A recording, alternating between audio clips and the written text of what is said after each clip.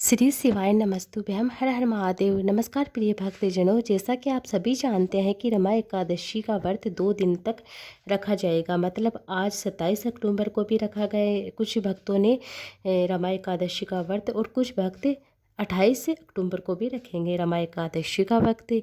इस वीडियो में हम आपको 28 अक्टूबर रमा एकादशी और कार्तिक माह के विशेष सोमवार में किए जाने वाले कुछ विशेष उपायों की जानकारी दे रहे हैं। कार्तिक माह के दूसरे विशेष सोमवार में आपको कौन से उपाय करना है, और फिलहाल की कथा में जो गुरुजी ने बताए वह भी उपाय बताएंगे। अलग से वीडियो लेकर आऊँगी, उन्हें भी आपसे जरूर से देखिएगा। जिन्हें अगर आप इस कार्तिक माह में इस विशेष सोमवार पर कर सकते हैं तो आप जरूर कीजिएगा, और आपकी जो भी कामना है वह अवश्य पूर्ण होगी। बस आपको क्या करना है, कार्तिक माह के पूर्ण होने पर ही आपको जो भी कामना वह नजर आएगी। इस वीडियो में हम आपको गुरुजी परम पूज्य पंडित प्रदीप मिश्रा जी के द्वारा कुछ नए उपाय, कुछ पुराने उपाय भी इसमें शामिल करेंगे। सभी उपाय हम आपको अच्छे से समझाने का प्रयास करेंगे, तो आप जरूर से इस वीडियो को अंत तक देखिएगा, बने रहिएगा। आपको धन संपदा से संबंधित धन प्राप्ति के लिए, कर्जा मुक्ति के लिए, व्यापार वृद्धि के लिए एकादशी का सबसे विशेष धन प्राप्ति उपाय भी आपको मैं बताने वाली हूँ। वीडियो बहुत उपयोगी है, अंत तक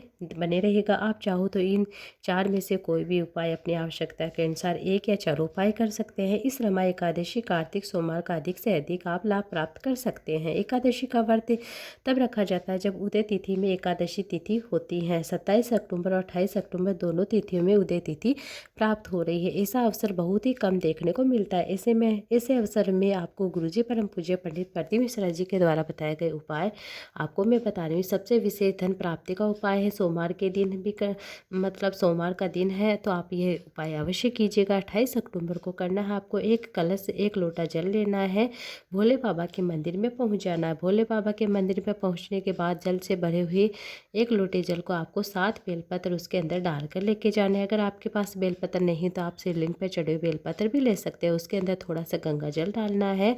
काफ़ी अच्छा सरल सा आसान सा उपाय, आपको कुछ नहीं करना। 1 लोटा जल, उसमें 7 बेलपत्र और पूर्ण होने चाहिए बेलपत्र, उसमें थोड़ा सा गंगा जल डाल लेना है। और आपको क्या करना है, आपको मंदिर में चले जाना है। मंदिर में आपको जाते ही आपको क्या करना है, जो नंदी जहाँ विराजमान होते हैं, नंदी का जो पाँव उठा रहता है वहाँ पर आपको श्री शिवाय नमस्तुभ्यं मंत्र बोलते हुए आपकी जो भी कामना है बोलते हुए आपको अर्पित कर देना है। उसके बाद आपको क्या करना है, आपके पास जो बेलपत्र बच गई है वह देवादित्य महादेव भोले बाबा के शिवलिंग पर अर्पित कर देना है। आपको इस तरह से अर्पित कर देना है। उनकी डंडी का मुख आपको जलाधारी की ओर करना है। अपना नाम और गोत्र बोल देना है, और साथ में आपकी जो भी कामना है वह बोल देना। आप जिस कामना के लिए कर रहे हो वह बोल देना। इस तरह से आपको यह उपाय कर लेना। बहुत ही सरल सा, साधारण सा, आसान सा उपाय है। आपको इस तरह से कर लेना है। नंदी भगवान का जो पाँव उठा रहता है वहाँ पर ये जल अर्पित करना है, और पूरा जल अर्पित करने के बाद जो 7 बेलपत्र है शिवलिंग के ऊपर अर्पित कर देना। आप चाहो तो मंदिर में एक एक करके आप, जैसे कि मंदिर में भीड़ रहती है तो आप एक साथ अर्पित कर सकते हो।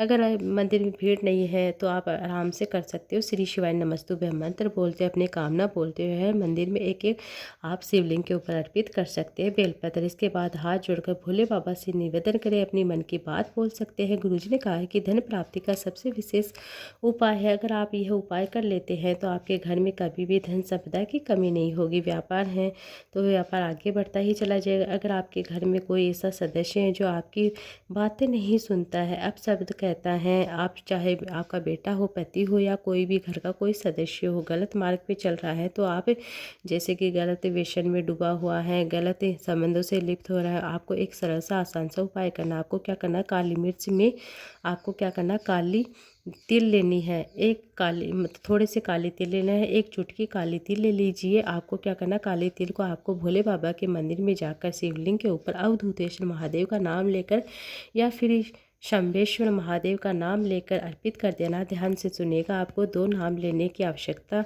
नहीं है, आपको एक ही नाम लेना है। या तो आप शंभेश्वर महादेव का नाम ले सकते हैं, अवधूतेश्वर महादेव का नाम ले सकते हैं। आपको दोनों में से कोई एक नाम ले सकते हैं, जो भी आपको नाम अच्छे से आ जाता है। आपको अवधूतेश्वर नाम ले सकते हैं या आप शंभेश्वर नाम ले सकते हैं।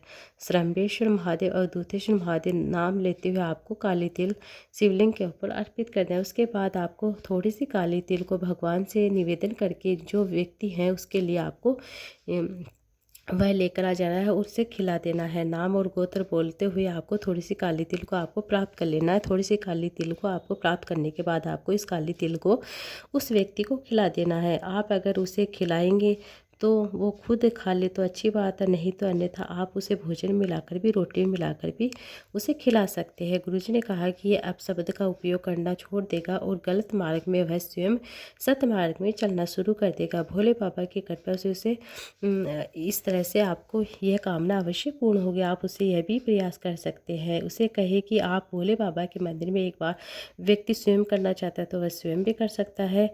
आपको एक बार ही सही सप्ताह में सोमवार के दिन जल चढ़ाने जरूर जाना चाहिए। अगर वह आपकी बात सुनता है तो भोले बाबा के मंदिर में पहुंचना चाहिए, फिर आपको चिंता करने की बात नहीं है। अगर नहीं आ रहा है तो वह काली तिल आप उसे भोजन में मिलाकर खिला दीजिए। इस सोमवार के दिन एकादशी के विशेष यह उपाय जरूर करके देखिएगा। आपको अपने घर पर या फिर भोले बाबा के मंदिर में कर सकते हैं। अगर आप यह उपाय घर पर करना चाहते हैं तो आप शाम के समय प्रदोष काल के समय अपने घर में पानी के पात्र के पास आप किचन में एक दीपक प्रज्वलित करना और एक दीपक में आपको लंबी बाती का उपयोग करना। लंबी बाती का दीपक अपने घर के शाम के समय प्रदोष काल में प्रज्वलित करना है। ये दीपक हम हमारे पितरों के निमित्त प्रज्वलित कर रहे हैं, तो दीपक की जो लो होती है दक्षिण दिशा की ओर रखना है। इसके बाद आपको अपने घर के 3 बार शिवदा शिवदा शिवदा बोल देना है। दीपक प्रज्वलित करने के बाद अगर आप शिवदा शिवदा शिवदा बोल देते हैं तो अच्छी बात है, या फिर आप शिवदा शिवदा सर्वोत्तम का पाठ भी कर सकते हैं। अपने किचन में बैठकर शिवदा सर्वोत्तम का पाठ कर सकते हैं।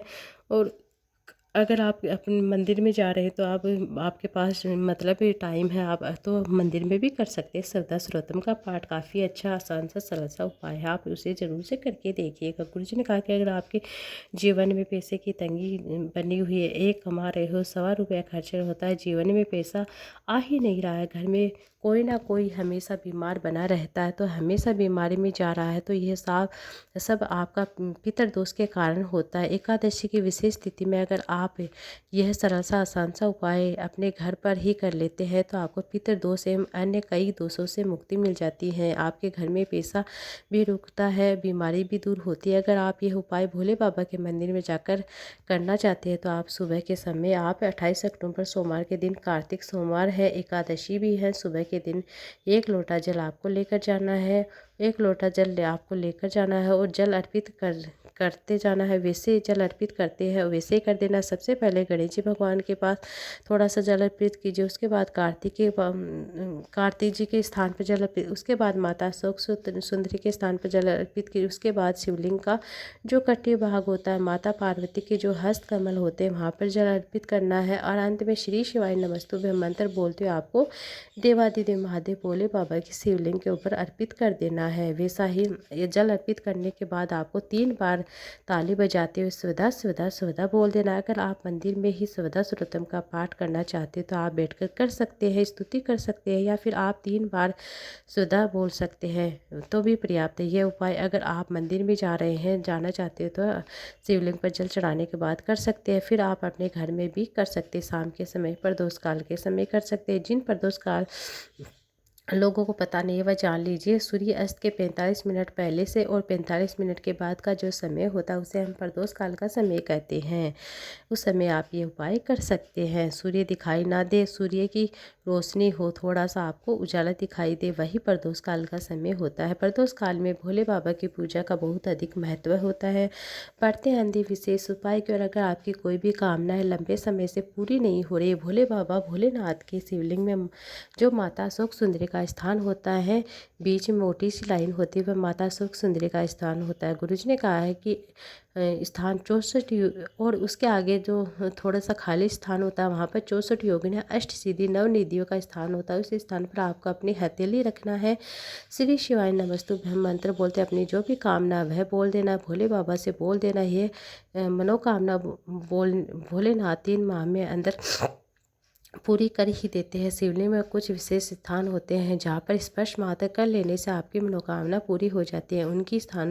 इन्हीं स्थानों में से एक विशेष स्थान जिसका उपयोग आपको इस कार्तिक सोमवार या फिर रमा एकादशी के दिन 28 अक्टूबर के दिन अवश्य करना है। अपने दिल की बात भोले बाबा से बोल देना है। जो भी मनोकामना वह बोलने से भोले बाबा आपकी अवश्य मनोकामना पूर्ण अतिशीघ्र कर देते हैं और आपकी जो भी कामना वह पूर्ण नज़र होती हुई आएगी। वीडियो उपयोगी लगा तो वीडियो को लाइक कीजिएगा, शेयर कीजिएगा, कमेंट बॉक्स में श्री शिवाय नमस्तुभ्यम हर हर महादेव जरूर से लिखिएगा। अभी तक आपने मेरे चैनल को सब्सक्राइब नहीं किया तो प्लीज़ सब्सक्राइब कर लीजिएगा और बेल आइकन को प्रेस कर दीजिएगा ताकि मेरे द्वारा जो भी नोटिफिकेशन वीडियो भेजी जाती है आप तक जल्द से जल्द पहुंच सके। श्री शिवाय नमस्तुभ्यम हर हर महादेव। भोले बाबा आप सभी की मनोकामनाएं पूर्ण करें।